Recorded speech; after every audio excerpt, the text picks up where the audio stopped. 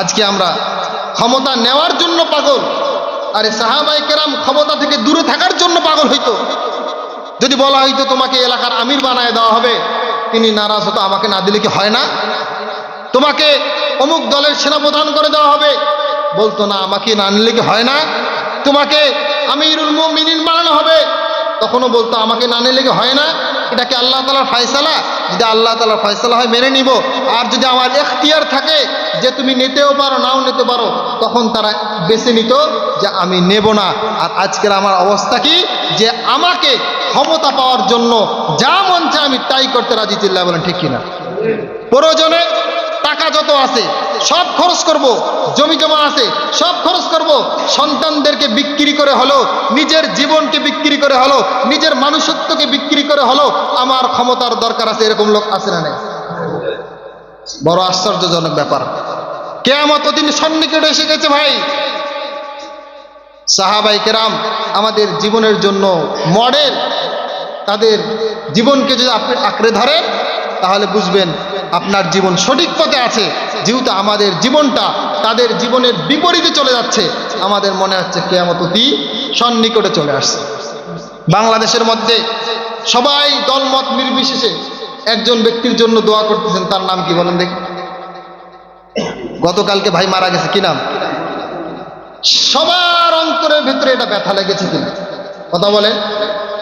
সে দল আমরা বুঝি না, ব্যক্তি হিসেবে ভালো ছিল, তার কথাগুলো মানবতার পক্ষে ছিল, তার কথাগুলো অনেক ইসলামের পক্ষে ছিল। যখন সারা বাংলাদেশ বাউলদের বিরুদ্ধে ছিল, তখন এই ছেলেটা এক বাক্যে বলেছিল যে বাউল যেহেতু আল্লাহর বিরুদ্ধে কথা বলেছে, তাদের বিরুদ্ধে আমাদের থাকা দরকার আছে। এইরকম একটা ছেলে কোনো কারণে আজকে তার প্রতি হিংসা বিদ্বেষ ছড়ানোর কারণে সে ছেলেটাকে আমাদের থেকে আলাদা করে দিল। আল্লাহ তাআলা ভাইকে শহীদি মর্যাদা হিসেবে কবুল আর মঞ্জুর করুন। সারা বাংলাদেশের সকল মানুষ দোয়া করতেছে। কেন দোয়া করতেছে? এই ব্যক্তি ক্ষমতা পাগল ছিল।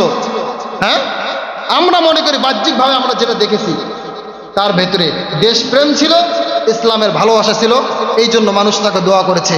আপনি আপনার এলাকায়, আপনি আপনার সমাজে, এর থেকে আমাদের শিক্ষা আছে। আমি আপনি যদি আমাদের সমাজে ন্যায় ইনসাফের পক্ষে আমরা লড়তে পারি, মানবতার পক্ষে লড়তে পারি, মানুষ কোনটা চায়, মানুষকে কোনটা দিলে ইসলামে খুশি হয়, এটার পেছনে যে আমরা চলতে পারি, আপনিও এলাকায় একটা সুন্দর নেতা হবেন, আপনাকেও মানুষ সব থেকে বেশি সম্মান করবে।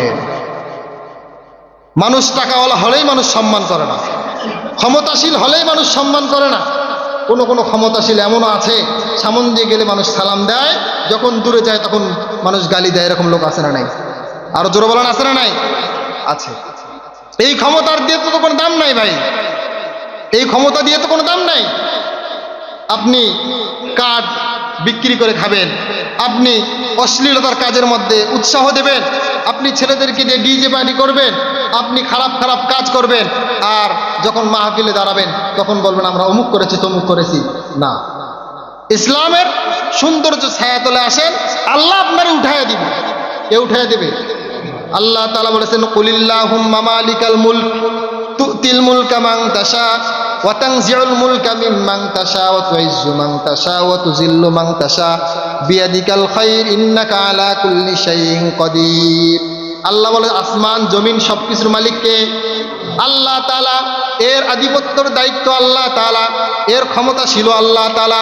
আল্লাহ বলেন আমি যাকে চাই তাকে আমার এই ক্ষমতা, দুনিয়ার সামান্য ক্ষমতা দেওয়া আমি আল্লাহ তাআলা দেই, আমি আল্লাহ তাআলা দেই। তো তোমরা যদি সারা দিন লাফাও কোনো কাজ হবে?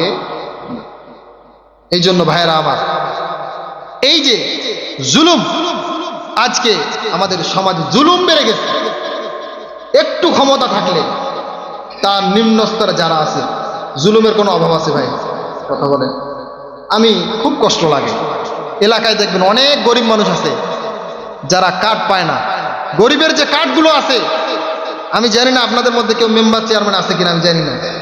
আমি আমার কথা বক্তব্য বলে যাচ্ছি, যে কার্ডগুলো আছে, যদি কেউ থেকে থাকেন যে আপনার আত্মীয় স্বজন মেম্বার চেয়ারম্যান আছে, যাদের কাছে কার্ড আসে, আপনাদেরকে আমি বলতে চাই যে এই কার্ডগুলো আছে, এলাকায় অনেক গরিব মানুষ আছে যারা চাউল কিনতে পারে না, এই মানুষের কাছে কার্ড নাই, যারা মূলত উপযুক্ত তাদের কাছে কার্ড নাই, কিন্তু তার আশেপাশে বন্ধু বান্ধব আত্মীয় স্বজন সবাই কার্ড পায়, গরিব মানুষ পায় না। কথা বলেন। জালেম সে ব্যক্তি, কোনো কথা নেই, জালেম।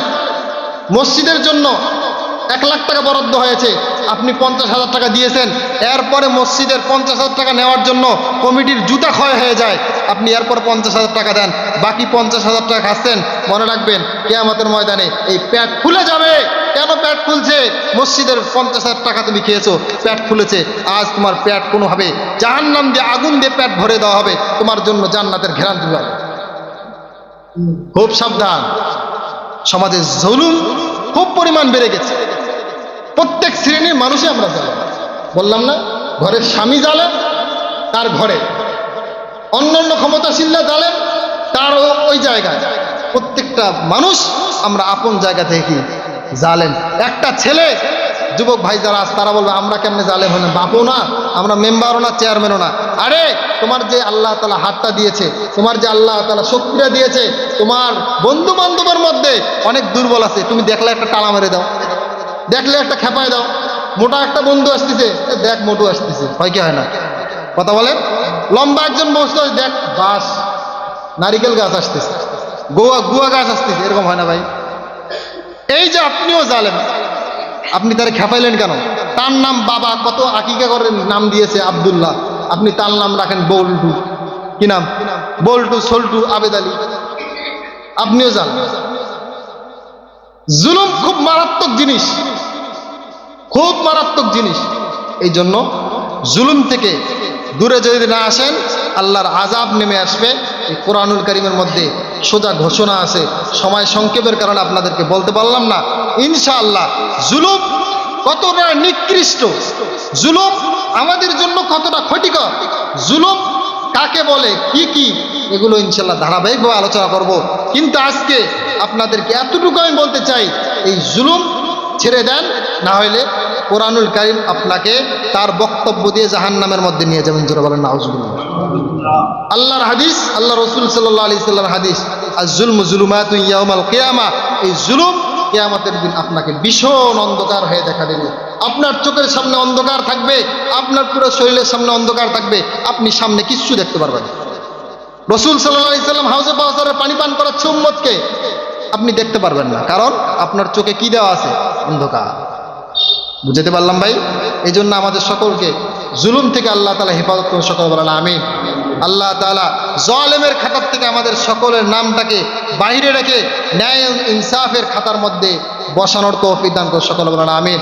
ওয়া আখিরু দাওয়ানা আনিল হামদুলিল্লাহি রাব্বিল আলামিন। আসসালামু আলাইকুম ওয়া রাহমাতুল্লাহি ওয়া বারাকাতুহু।